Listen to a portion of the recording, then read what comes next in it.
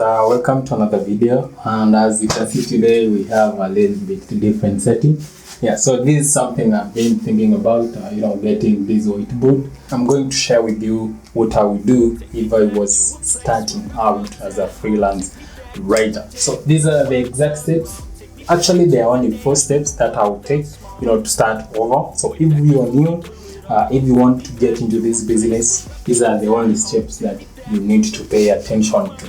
So, I've been getting a lot of questions, some guys calling me, some guys sending emails, some WhatsApping me asking about this. So this is exactly what I tell them. So even if, if we've talked through the phone or WhatsApp, please confirm if these are the steps.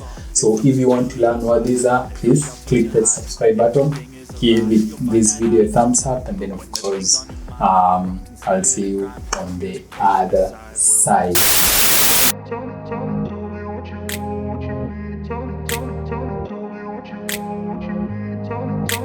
I grew up in a place where they told you what to chase, told you how to run the race.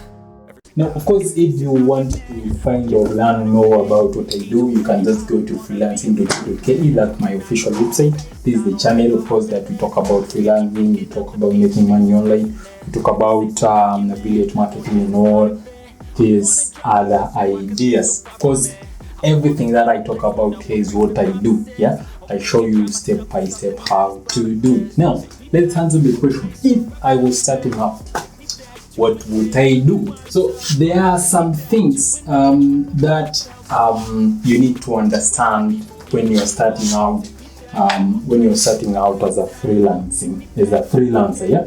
So freelancing, of course, maybe it's just to start with the definition is you're working for yourself. So there are 2 types of ways you can work. So there is number one is you can get employed, so someone can employ you, and then the other one is now you can work for yourself. So think of it as an upgraded version of self-employment. You can take clients as many as you can. If I was starting out, I would try to understand the difference between article writing and academic. So there are 2 types of online writing. There is the article writing and then the academic. Now they are almost, of course, if you take it by the face value, you can see that they're almost self-explanatory.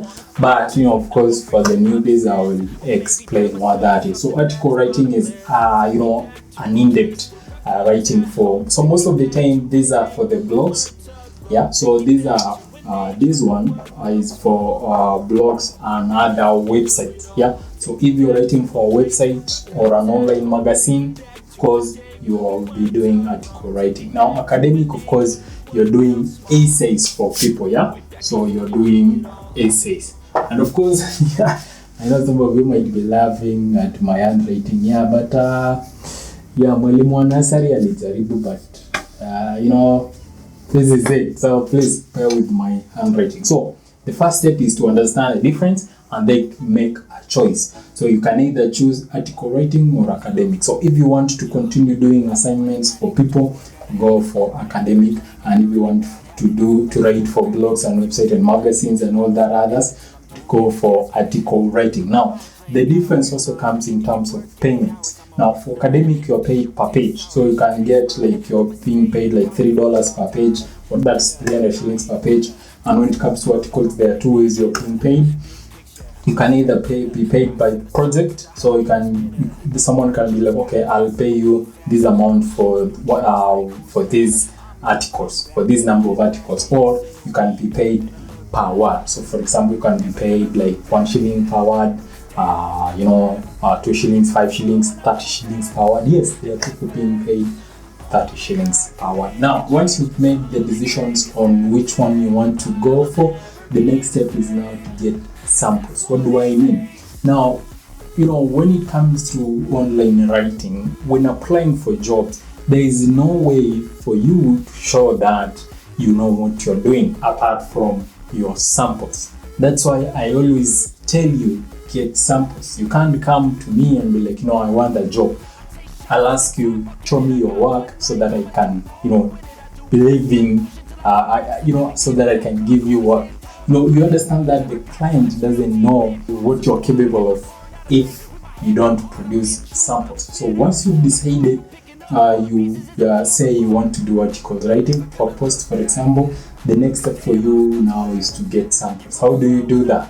So it's simple. Just go online. If you decided to write article writing, just look for a trending topic. Look for a trending topic and write something about it. So write between 700 and 1,000 words. 700. In fact, even I should say that don't keep it below 1,000. So it should be like 1K. So it should be not less than 1,000 words. If you are doing articles. I don't know much about academic. But I guess anything can work here because after all it's an essay or it's an assignment. But for article writing, don't keep it less than 1,000 words. Now, the next step, of course, once you've written, maybe something else that I forgot about this is you need at least 2. So there should be not less than 2 samples. What does that mean? It means that you need to have 2 samples of your paste work. And I've said to get ideas of what to write, just go online, look for something trending, write something about it. Now, once you've written, what next? The next step now that I would do is to create a blog. What does that mean? A blog is it's an online website. It's a website that you publish stuff every now and then. Now, there are 2 ways to create a blog, or let me tell you the reasons why you need a blog first. You understand that where will you put these samples? There are actually, I can think of 3 ways where you can store them. The first one is store them online, where you wrote them, like Google Docs, just have them there. The other one is to publish on a free website. That's where the creating a blog comes in. And then of course the other one is let's say 2. Now, so once you've written a sample, you create a blog, then publish those samples here. So once I've written samples, I can create a blog and then publish those articles there. Now every time every time I'm applying for a job, for example, I just send them a link and be like, hey, these are the samples that I've published in this place. Now, there are 2 ways you can create a blog. There's the free way, and then there's the self-hosted one. The free ones are the ones that you don't pay anything. For example, we've talked a lot about medium.com. So there's this website known as medium.com. So you can go check it out. You can create an account for free there and then publish your samples there. The other one is wordpress.com. You can create a free blog there also. Now, the other option for you to create a blog is self-hosted. So self-hosted means you're getting hosting for yourself. For free blog, for example, Medium, you're not paying it because you don't own the entire website. It's free. So you don't own everything, which means there are some pros and cons around that as well. But for self-hosted, it means now you're hosting everything. Now, for this to work, you need 2 things. The first one is you need a domain name, and then you need hosting. So let me explain in brief what this means. So domain name is something like this, freelancing.co.ke. That's the domain name.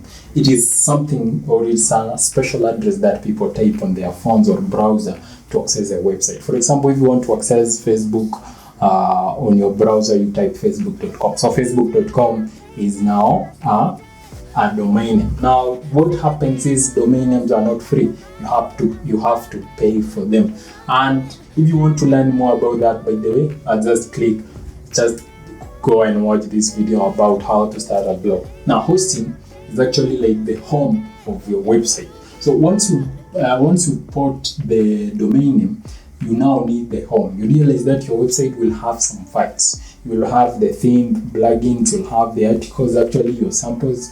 Where will they live? That's where hosting comes in, and it also costs money. So I've realized that with at least not less than 3K per year, you can have a blog. And if you want to learn more, of course, go watch my video on how to start a blog.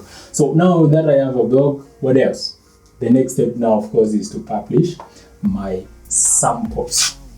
Once I've published, what do I do next? So once I've published my articles, the next step now is start hunting for jobs. Yeah. So I already have decided I want to do article writing. Then I've written samples, at least 2, not less than 1,000 words. And then I've published either on a free blog, that's medium.com, or I've created a self-hosted one. And then the last thing now I want to do, or the only thing remaining now, is for me to start looking for clients. Now, there are 2 ways that you can find clients. Of course, I'm sure there are very many ways, but I want to talk about 2 right now. The first one is direct. So direct means you're approaching people directly. So for example, you can go to nation.africa, that's a website, and then be like, okay, pitch your ideas. You're like, okay, hey guys, I see that you write about this and this and that. And by the way, I do this. You can see this, you can see my samples here, and then of course send them these publish samples on your blog. Then you're like, okay, if you're looking for a freelance writer, I'm your guy. And of course, if you want to see samples, this is the link. Now that's direct, you're pitching directly to clients. Then there is another option, that's marketplaces. So these were now the websites like Upwork,